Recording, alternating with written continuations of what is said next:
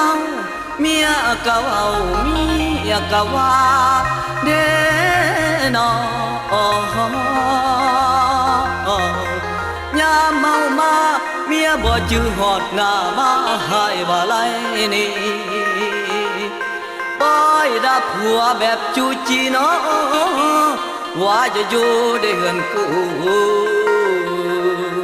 จากนามาอุ้ยแก่หมูว่าเพราะจูให้โรงบาล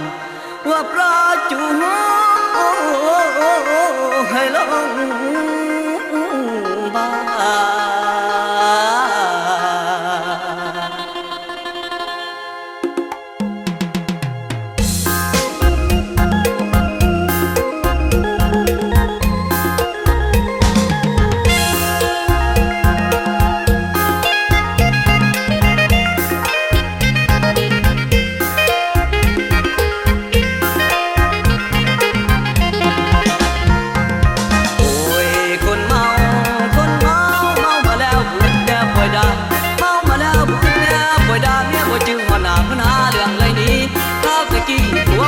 ท่านเมาไปทางใดขัวเฮาคนกล่าวจ่ายน้อยองขัวบุกพองกินเมาดำเถื่อขัวบุกพองกินเมาดำเถื่อเมียบ่ยอมเฟื่อขึ้นสู่เฮือนด่าหมดขัวมาขี้เฮือนหาเลาะหากินทั้งกระสินยินทาด่าน้ำทั้งปอ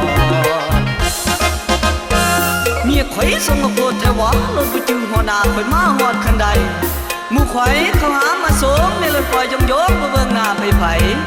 ด่าข่อยหน้าหมูหน้าหมาหน้าไก่หน้ากาหน้ามักสุดไถเอิ้นผีมากินตับกินไตว่าข่อยจังให้ไปหากินแต่เหล้าว่าข่อยจังให้ไปหากินแต่เหล้าเมียของเจ้าเป็นคือเมียข่อยบ่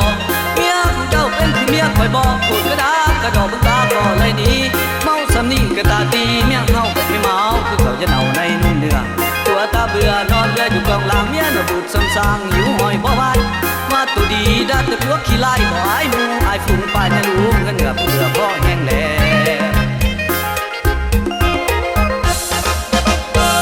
ขันแขวก็ได้แต่ขัดแขวค่อยเมามาแล้วเจ้าสิเห็นยังวะค่อยเมาบ่แม่นเมาตลอดไปหอดมาฮอดเพื่อนอยู่ตะวะปัดโทสิเมื่อไรค่อยดีคิดเบิ่งแน่ตีเฮือนหลังนี้นะค่อยปุ๊บค่อยก่อมันมาค้างคือค่อยก็หาสร้างให้เจ้าอยู่ค้างคือค่อยก็หาสร้างให้เจ้าอยู่เศร้าสู้สิตาตีเศร้าสู้สิตาตีพอสมียเท่าดีไผบ่ยันอย่าลองคันผิดหลายเสิร์ฟจะไปห้องฟ้องต้องว่าถึงศาลเป็นจะได้เป็นกันสำเมาบ่ยอมแพ้เบิ่งแม่มางเฮ็ดอังขุนเอาแม่มางเฮ็ดอังขุนข่อยบ่ยอมจำนวนลูกซ้ำเรื่องเมาเหล้าข่อยบ่เคยตบเคยตีข่อยบ่เคยตบเคยตีด่าเสียดด่าสีเมียและลูกเต้าเจ้าไล่ข่อยหนีไปใส่จ้างเพื่อกะบ่ไปข่อยสิอยู่น้ำเจ้าคันเหล้าบ่เบิดบ่เศร้าข่อยสิอยู่น้ำเจ้าจนหอดมือตายสิอยู่น้ำเจ้าจนหอดมือตายพุ่นแหละเกินใจหายยามเมาเมียด่าเกินใจหายยามเมาเมียด่าลูกบ่จื้อฮอดหน้าผัวเขาหลังหายก็ตั้งว่าหน้าสัวปีจังให้หนี10 เซนก็บ่หนีพอดีสิอยู่เฮือ